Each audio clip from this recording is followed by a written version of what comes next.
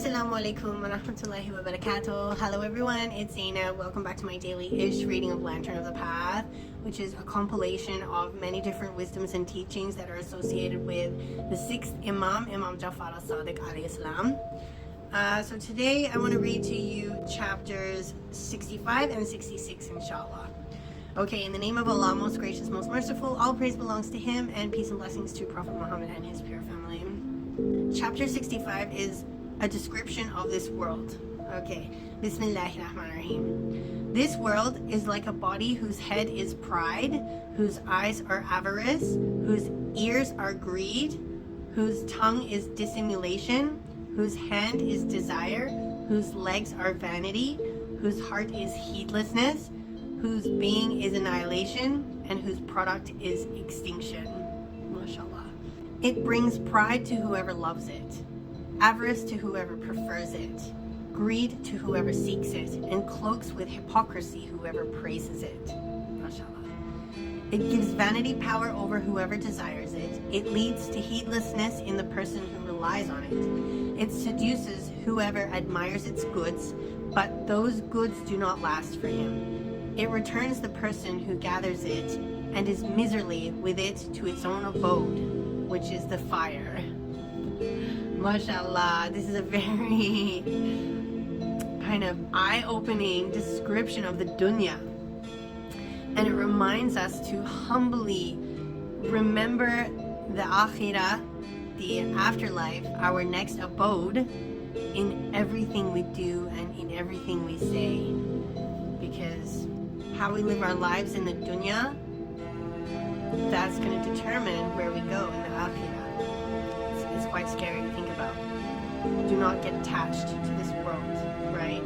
Disassociate yourself from the materialism of this world, the Dunya. Inshallah. Okay, chapter 66 is Reluctance to Act. Okay, Bismillahirrahmanirrahim. A person who feels reluctant to act falls short of what is correct, even if he does right, while a person who acts voluntarily is correct, even if he errs. The reluctant one obtains only contempt in the end, and weariness, toil, and misery while he is carrying out the action. The outer being of a reluctant person is showing off, and his inner being is hypocrisy. They are the wings with which he flies. The reluctant person never has any of the qualities of the righteous, nor any of the marks of the believers wherever he is. As Allah said to His Prophet ﷺ, in the Holy Quran, chapter 38, ayah number 86, say, I do not ask you for any reward for it, nor am I of those who affect or act with reluctance. The Prophet ﷺ said, we, the company of prophets, the fearfully aware, the trustee, we disavow the reluctant. So fear God and do away with reluctance, and it will mark you with the sign of belief.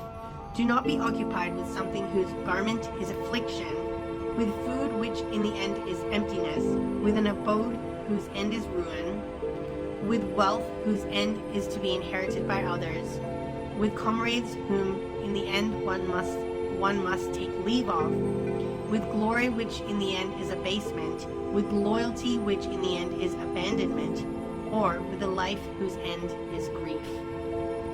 So it's almost like a continuation of the previous chapter which I just read to you, which was a description of this world, the Dunya, wasn't it?